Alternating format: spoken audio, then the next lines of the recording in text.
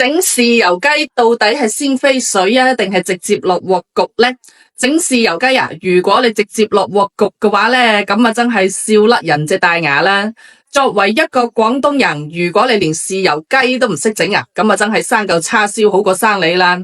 唔好以為豉油雞好難整啊，今日我就教大家整返一道好特別嘅有椰子香味嘅秘製豉油雞，同你以往食過嗰啲豉油雞都唔同。花幾分鐘時間學識呢一道五指毛肚豉油雞，家庭版電飯煲嘅做法非常之簡單，屋企有個電飯煲啊整得到噶啦。嗱，整出嚟嘅味道啊，比出面買嗰啲更加之好食，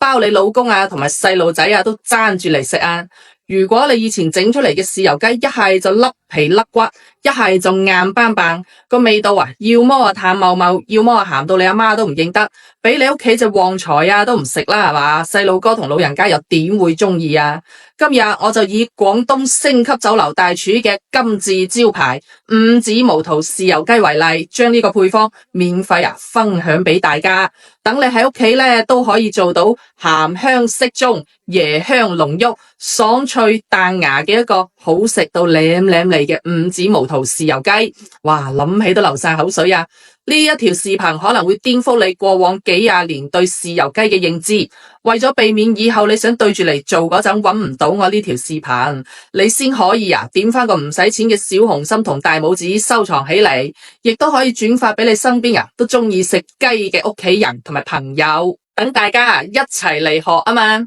其實方法就好簡單，有3個關鍵嘅步驟，認真睇，認真學啦。第一，將呢隻飛天走地雞洗乾淨之後，落1個療程嘅鹽，同佢跳翻拍霧啊！嗱，用你發財嘅手，將佢上面嗰啲雞皮污糟邋遢嘅嘢捽乾淨佢，咁樣仲可以鬆筋化脾，更加之入味嘅。將佢洗乾淨之後咧，用半隻甜過初戀嘅檸檬捽勻佢全身，咁樣做嘅好處係去腥增香嘅同時，留低一層檸檬嘅清香。第二步，拎起一壺滾水兜頭兜面淋落隻雞身度，咁樣可以令啲雞皮收縮緊緻，呢個係雞皮 Q 彈爽脆嘅關鍵嚟嘅。第3步重頭戲嚟啦，五指毛肚豉油雞好唔好食呢？關鍵就在於呢個五指毛肚粉。佢係我哋粵菜大師傅用五指毛肚研磨成粉之後調配出嚟嘅。你只需要喺隻雞度加翻1包呢一個，其他乜嘢嗰啲鹽糖味精都唔使俾噶啦。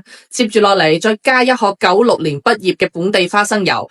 捽勻佢全身。記住個雞籮柚裏頭都要捽勻佢噃，等佢靜靜雞瞓翻半個鐘，養足精神。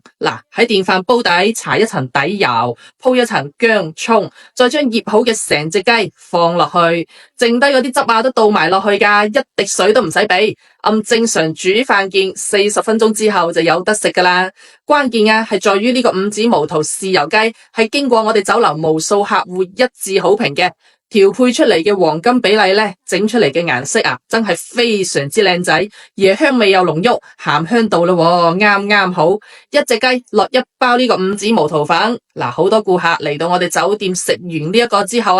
都要帶翻3-5包先肯翻屋企嘅。就算你從來都冇落過廚自己喺屋企都可以做到清香爽脆鮮嫩多汁，口感又非常好嘅一個五指毛肚豉油雞，好食到舐舐脷啊！想食我哋酒樓味道嘅五指毛肚豉油雞，可以點擊我左下角嘅頭像，下面有個櫥窗，我哋呢一個五指毛肚粉已經同你準備好晒噶啦，擺晒喺裏面俾你噶啦，